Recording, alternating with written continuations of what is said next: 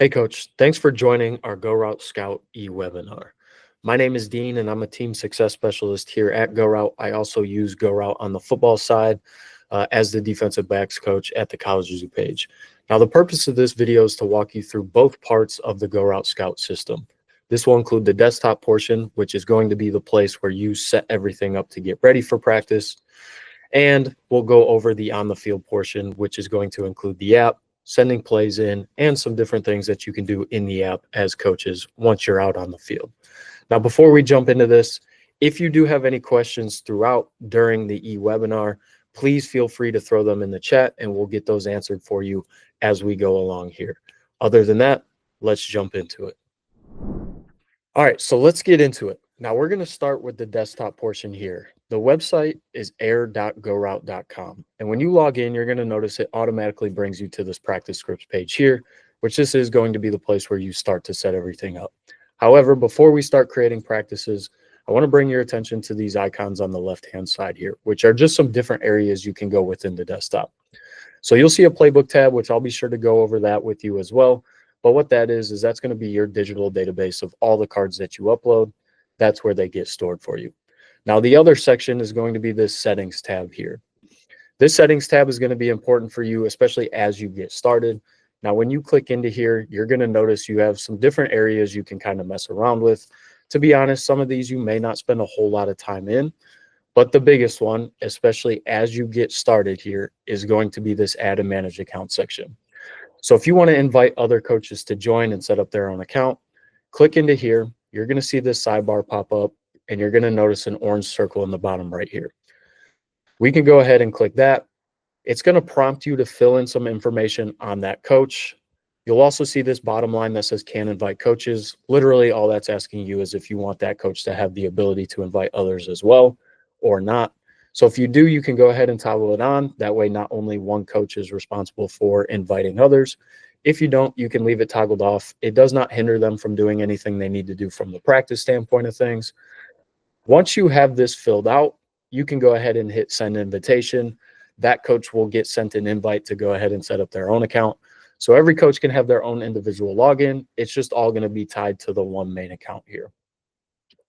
Now, moving on later on down the road, if for whatever reason you need to remove a coach from the account, whether they move on, no longer helping with GoRout, whatever the reason is, if you go to their name and you swipe from right to left on it, you'll see these two options pop up. So you can delete them and completely remove them, or if need be, you can also go back and just edit some information as well. The two tabs you see up here at the top, the active users tab and the invited list tab, that's just informational for you as a coach. Now, possibly the other area in here as you get started would be modified device display. So if you test out the devices and you notice the play cards aren't appearing on the player devices the way you want them to, you can click into here. This is where you're going to be able to change how the play cards are appearing on the player devices. Now, these arrows that point up and down here will move the card up and down on the screen, depending on which way you slide this toggle here. These arrows that point left to right will either zoom in or zoom out on that card, again, depending on which way you slide this toggle here. You may not have to mess with this at all, but could be a possibility depending on what you're using to draw your cards up on. But with that, I'm going to switch back to the scripts page, and we're going to go through setting up a practice for the day. Now, when we're on this screen to create a new practice, all we're going to do is pop down to this orange circle in the bottom right here. Once you click that, this sidebar is going to pop up where we're just going to go through and edit the information on the practice itself. So practice name, you can really call it whatever you'd like. I'm just going to call this Friday practice. Underneath the name, you'll see the date and the time. So we can go ahead, we can fill that in as well. Now, to be honest, the time doesn't matter a whole lot. So if you don't see your exact start time there, I wouldn't stress about it too much. You can pick the time closest to it. And then once you're out on the field, you'll be able to start the practice, send plays, do everything you need to do. Now, underneath the date and the time, you're going to see this line that says default opponent. So this is where you can attach this specific practice script to a specific opponent you're playing. There's a couple different areas within the desktop where you can add new opponents. One of them is while creating a practice script here. So if we click on this line, you're going to see the option to add new opponent. Once you add opponents, you'll also get a list of opponents you've previously added. So now we can just scroll and select the one that we want. But if I wanted to add a new opponent, I can click the add new opponent, type that opponent name in, and then we're good to go. Now, where this comes into play is more from the organization standpoint of things. So just so you are aware, anytime you do add a new opponent while creating a practice script, GoRout automatically creates a folder for that opponent in your playbook section. So now any card that you upload to this practice that is associated with that opponent, all those cards are going to get stored in that correct folder for you. Now, if you leave it as default, it's not going to hinder you from doing anything you need to do. Just where that could come into play is, let's say you get through the regular season and all of a sudden your round one of the playoffs opponent was your week 2 of the regular season opponent. Well, if everything's been marked as default up to that point, now you're going to have hundreds of cards all in one folder, making it tough to go back and kind of pick and choose what cards were for which opponent. But as long as you attach an opponent to the practice script, those cards are going to get stored in that correct folder for you. Once you have this top information filled out, that's really all you need. So practice equipment, practice notes, that's optional to you. You can leave it blank, and then we can go ahead and hit add new practice. So keep in mind, you only need one practice script for the day. Once you create the script itself, this is now where we're going to want to go inside of this practice and actually start building out what we're using GoRout for. So on the script, this arrow all the way to the right, that's going to open that specific practice up and take you inside of it. Now, when you're inside of a practice script, you technically have 4 different practice groups that you can build a practice out in. So right now we're in the offensive practice group, but if I click on that text, you're also going to see defensive play, Scout O, and Scout D. Now, it doesn't necessarily matter what group you pick to build a practice out in. As long as it makes sense to you and what you're doing that day, you can pick any of these groups. Now, where the groups do become a little more important is if you were ever looking to split devices up. At that point, you would want to make sure that you have plays in 2 different practice groups. And then once you're out on the field, that's going to be the only way you can split devices up. So if you do any split field stuff, you're going to want to make sure that you have those plays in 2 different practice groups if you want to use the go routes at the same time. If you don't, you can go ahead and just pick one of these groups and start building it from there. So once you pick the group that you want, this is now where we're going to go through and start adding our practice blocks or what we're using GoRout for. So similar to creating a new practice script, all we're going to do is pop down this orange circle in the bottom right here. It's going to prompt us to add a practice block. And a lot of times that just may be the practice period that you're using them for. So if we have inside run, we could type that in. And then for each one you want to add, you're just going to follow those same exact steps. So we'll pop down here. So we got 7-on-7. And then let's say we got team as well. So your practice blocks are essentially your practice periods. Now, there's no limit on how many you can add or have to add. You can add as many or as few as you need to kind of fit what you're doing that day. But once you have this built out, you're really ready to start the importing process. So with the importing process, you really have a few different options. So I'm going to break it down as simple as a digital play drawing tool or hand drawn. Now, if you use a digital play drawing tool like Huddle, PowerPoint, Visio, what you're going to want to do is you're going to want to export or download that group of plays as a PDF. From there, you're going to be able to drag them into the system. Now, if you use hand drawn or you draw them up by hand on paper, you have a couple different options. The first one being for larger stack of cards, typically I recommend taking them to the printer, scanning them into yourself. That way they come in as a PDF and then you can drag them into here. We also do have the scan cards feature in the app.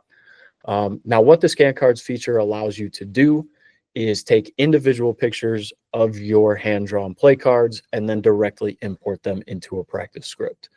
So great option if you have a few last-minute cards you're trying to get into practice. But again, for those larger stack of cards, it may be easier to take them to the printer and scan them into yourself. But you have those 2 options. Whichever one works best for you, you can utilize that one. Now, I know Huddle's popular, so I'm going to pull cards from here. Now, when we're in Huddle to start, we're basically going to act like we're going to print those plays off. So if this sample 7-on-7 is what I want, I usually click into it just to make sure I have everything in there. But from here, our next step is we are going to hit print. And then I usually check these 2 boxes. And then the key thing is no matter what platform you're using to draw your cards up on, you're going to want to make sure that it's 1 card per page. From here, we can hit print.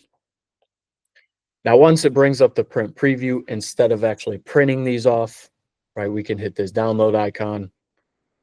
Let's say this is my Friday 7-on-7.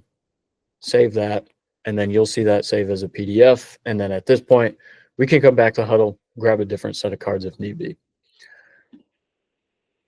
Now, whatever play drawing tool you use, once you have those cards downloaded, you can switch back to the desktop. Now to actually get these cards in here, you're going to notice this switch at the bottom, and right now it's on edit. When you're ready to start importing, you're just going to click on that so it flips to import. Now from there, we can pop up here to our downloads and then just drag that group of plays into the correct practice period that I want them to go into. So it's going to take that single PDF file of however many play cards or pages, I should say, are in there, and it's going to cut it up into individual pages for you, which is why you're going to want to make sure it's one card per page. GoRout's basically going to split it up based on the page number of the PDF, not necessarily the play card itself.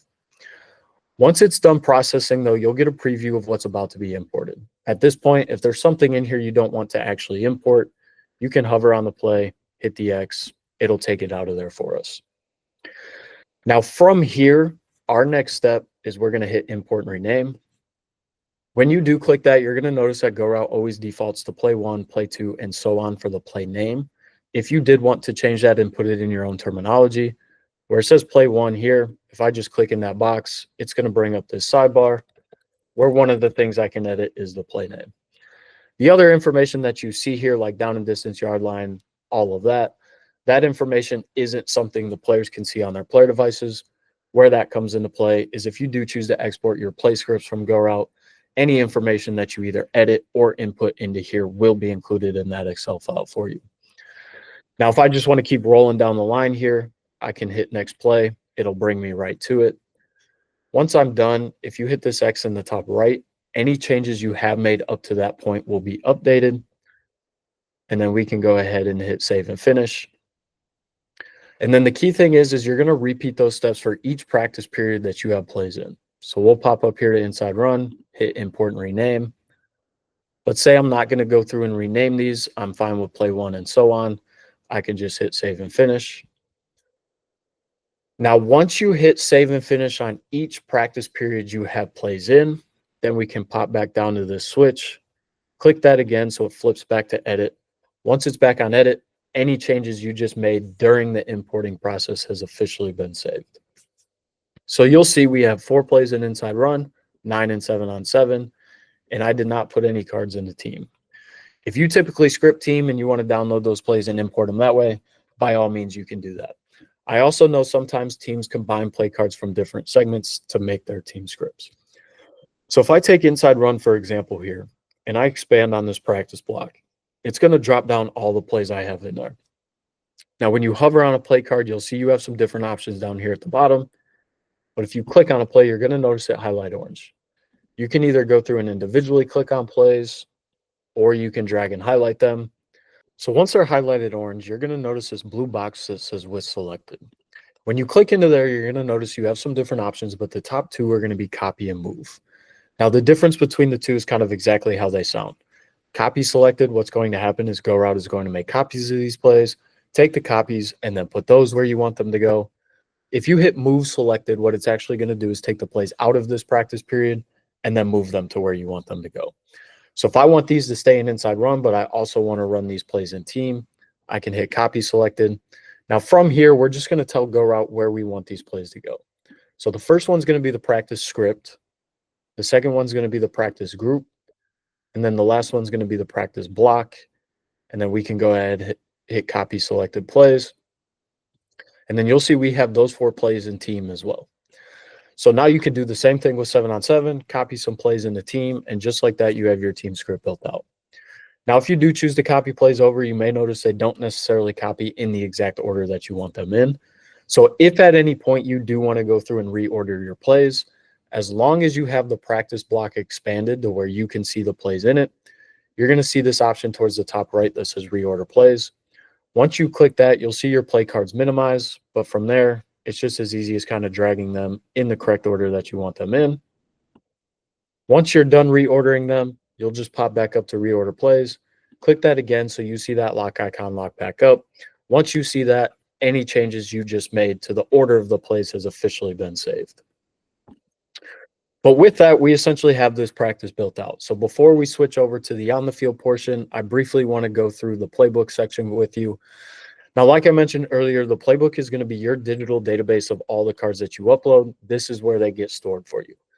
Also, the playbook is another area where you can go through and start building out your opponents before you even create a practice. That way, when you do go to create a practice, all your opponents are already listed. Now you can just scroll and select the one that you want. When you're in the playbook, it does follow that same group format that you have inside of a practice script. So right now we're in the offensive playbook, but if I click on that text, you're going to see those same 4 groups. So whatever group you import the plays into, that is also where they're going to get stored for you. So I can switch to Scout Offense here. You'll see our Demo 2 folder has 13 plays in it. When you click into an opponent folder, the subfolders are going to be based on the date that those cards were imported. When you click into that folder, this is going to be every card that you uploaded for that opponent on that specific day. Now, when you're in here, you do have the ability to add plays directly to a practice as well. That process to start is very similar to copying plays over. So I can go through, click on the plays that I want. They'll highlight orange, come down to with selected. Now, the only difference is if I'm working out of the playbook and I want to add these to a practice, you'll see we have this top option now that says add to practice. We can click that, and then this looks exactly the same, where I'm just going to go through, tell GoRout where I want these plays to go. And then you can hit add plays to practice. Those plays are directly added to that practice, but they'll also remain in your playbook section if you ever do need them again later on down the road. Now with that, since we have practice built out, we're going to switch over to the mobile part now, which is going to be the on the field portion, and go over play sending and different things you can do in the app. All right, so now we're going to switch to the on the field portion of this e-webinar. So we have practice set up. Now we're ready to actually go outside and run a practice using GoRout Scout. Now this device here in the middle is going to be an example of the app as a coach. And this smaller device in the corner here, this is going to be an example of a player device for you. Now, let's say I'm outside. I got my player devices turned on. I'm really ready to start. Our first step is in the app, we're just going to want to turn a practice on. So as a coach, I'm going to go to that specific practice script and hit this toggle on the right-hand side. Now, the first thing you're going to see the player devices respond with is asking you to select a practice group. In other words, what group is this device receiving plays from? So if you only import plays into one group like we did, there's only going to be one possible option to click into. But let's just say, for example, I also put plays in Scout Practice Defense. Then both of these would be an option. So from here, this is where you would be able to split devices up if you wanted to. You also do have the ability to change practice groups on the devices as well if need be. But once you click into a group, you'll see that device say waiting for play. Now, me as a coach, what I'm going to do is I'm going to switch to this practice tab in the middle here. Same concept, but now it's just asking me, the coach, what group am I sending plays to? And then once you click into that group, that first practice period you had listed in the desktop is going to show up here with the play ready to go. From here, to send this play in, all we're going to do is hit this green circle, play to the player devices. The player devices do vibrate each time you send a play in, just letting them know, hey, something got sent in, be sure to look down. Now from here, it's just a swipe and send concept. So I can swipe over, we'll go to play 2, and we can send it in. You can skip ahead too. You don't necessarily have to go in order. You can go back as well. Now let's say we're done with inside run and we're ready to move on. Where it says inside run under current period up here at the top, if you click on that line, it's going to bring up a list of all your other practice periods. So from here, we can switch to our next one. You'll see it change under current period up here at the top, and then we can send this play in and we're good to go. The player devices only receive the play that a coach sends to them. So the coach is the only one that ever has to navigate between the practice periods themselves. Now, let's say we run this play and I want to see it again. If I just want to line back up on the ball and run it, I can hit the reload button down here. The player devices will show a big red circle that says reload play. That way you're no longer yelling reload and everybody knows what's coming. But I also know sometimes we want to make sure that we get through the entire script first before we actually come back to anything. So with that, at the bottom of the play card, you're going to see this flag play option. Now, when you hit flag play, what happens is the first play you flag in a practice, GoRout automatically creates an additional practice period for you titled flagged plays. And now any play after that that you flag will also get thrown into that segment. So if I click on 7-on-7 here, you'll see we now have a flag plays segment. And again, these are only going to be plays that you actively flagged as a coach. So this is typically a great option if you have review segments at the end of practice or you finish with a few minutes left and want to run some plays again. What's also nice is this will show up in the desktop now as well. So even if you wanted to flag plays as a way to keep track of, hey, I want to add this to tomorrow's practice too, or I need to make some changes on this play card, you can do that and you'll be able to see it in the desktop now as well. You'll also see the flip play feature down here. So you can flip the play, send it in. It's the same exact play, just flipped. Now, the only thing that I'll say about flipping plays, and more so just as a heads up, is when you flip the play, all it's doing is creating a mirror image of the original PDF file. So with that, any words, letters, notes, or numbers that you put on the play card itself, once you flip it, it will show up backwards. It may not be a huge deal because the diagram stays exactly the same, but could be something to be aware about for sure. Now, in the app, you do have a few different options in terms of layouts and how you send plays in. So this one that we started in is what's called the swipeable carousel in the app. It's one play at a time. You send, swipe, send. But if we go to the settings icon in the top right here, you'll get a list of those different layout options that you have. So you'll see tiled image view as well, which is going to show you multiple play cards on the screen. To send plays in from here, you just tap on the play card itself, and it will send that play in. So it's still very easy, fast, and efficient to go in order, but it's also a lot easier to skip around if needed as well. Now you can still flag and flip plays from here. If you press and long hold on the play card, it'll bring up those two options for you. So we can flip the play, send it in again, and it's good to go. Now the other option you have is list view. So this is text only. So it's only going to show you the play name. It's not going to show you the play card. Now, this used to be a popular option for coaches that didn't necessarily go in any specific order.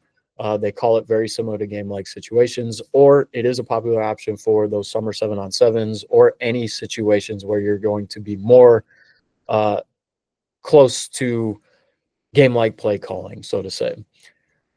So from here, if we just tap on the line, it sends that play in. So as you can see, it's very easy to skip around. If this was an option you were looking to utilize, I would personally take the time to rename your cards.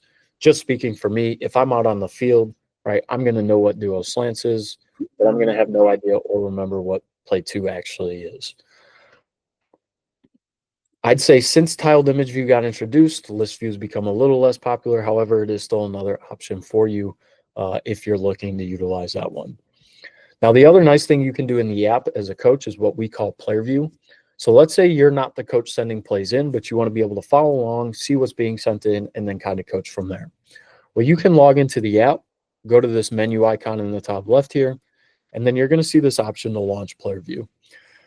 Now, once you click into launch player view, the next thing it's going to ask you is to select a practice group, very similar to what the player devices do. And what player view does is it takes my device as a coach and turns it into a player device. So now any play that gets sent into the group that I selected, I will also receive. Now keep in mind, you can't flag plays from there, flip plays from there, send plays from there, any of that. It's just a great option for coaches that want to be able to follow along, see what's being sent in, and then kind of coach from there. You'll also see this line for app options. So when you click into that, you'll see you have the ability to switch between light and dark mode up here at the top. And then down here, you'll get a list of beta features that you have access to. You can turn them on, you can utilize them. We're kind of experimenting with them. Now, to point out a couple of these, the practice rating and timeline stats, the reason I point that out is if you want to look at any type of numbers on your practice, you're going to want to make sure this is turned on. The other one is this image editor tool. So if you have this turned on, what this allows you to do is draw over your play cards on the field if you need to make any quick changes on the fly. So if we go back to practice here, I know I use this example a ton, but let's just say throughout this practice, we've run this double slants concept 6 times. I want to throw in a double move, see if they stay disciplined, but I don't actually have that card in here. Well, if we have image editor tool turned on and we double tap on a play card, it's going to bring up this play editor. This pencil icon in the top left is how I can change what I'm actually adding. So we can add any of this stuff, or I can simply freehand draw it. And then I can go ahead, I can add that double move in. Right, I can make any other quick changes that I need to as well. Now, once you hit upload and save, it does save as a new version. So you'll still have the original play card, and then right next to it, you'll have the one that you drew on. Again, keep in mind you're drawing over the original PDF file. So there's not necessarily a way to erase what's already on there. But if you need to make any quick changes, as long as you have that turned on, it is very easy to do so. Now, the player devices themselves. So the players really can't do anything on the player devices other than scroll up or down. So they can't swipe to the next play. They can't skip ahead. They can't do any of that. The only other possible option on the player device is this change button down here. So if we hold this down for a few seconds, all it's going to do is bring me back to this screen to where I can select a practice group. So in the event that you ever do need to change the group that that device is associated to, you can hold down the change button, switch to the other group, and then you're good to go from there. Now, once you're done with practice, go ahead and turn the practice off just by hitting that toggle again. So this will pop up if you have that practice rating and timeline stats turned on. If you do submit a rating, GoRout will email you a follow-up summary of your practice telling you the rating you gave it, how many plays you sent, all of that. Now, when you bring the devices inside, before you plug them into the chargers, we recommend that you power them off just to ensure that they charge properly. So once they're powered off, go ahead, plug them in, and let them charge to 100%. Now, with the battery life on these devices, it really depends on how much you're actually using them, but you theoretically could get through 2 practices before needing to charge them. However, like I mentioned earlier, we recommend that you just charge them every day, get them to 100%. That way you know they're good to go once you're out on the field. Some general tips with the devices. First, we recommend that you wait till you're outside to power them on. That's just going to ensure the devices pick up the connection the quickest. Also with that, if it's ever an extremely hot and sunny day out, like 100 plus, sun is scorching, similar to a normal cell phone, you'll want to keep it out of direct sunlight for a long period of time. So if you don't hand them out right away or you're not using them for a while, you can keep them covered up, keep them in some shade, and then kind of pull them out when you need to. Same concept if it's raining outside. They'll be fine to use in the rain. But again, if you're not using them for a while or you don't hand them out right away, you can keep them covered up, keep them dry, and then kind of pull them out when you need them. And then lastly here, whatever device you're using to send plays in with, you're going to want to make sure you have Wi-Fi turned off. So the player devices themselves run on LTE, cellular data, cellular network. So whatever device you're using to send plays in with, you're going to want to make sure that it's running on the same exact thing. So before you start a practice or start sending plays in, I would go to your quick settings real quick, make sure Wi-Fi is toggled off, but from there, you should be good to go to start firing plays off. Now with that, that wraps up our GoRout Scout e-webinar. I want to say thank you for taking the time to join us.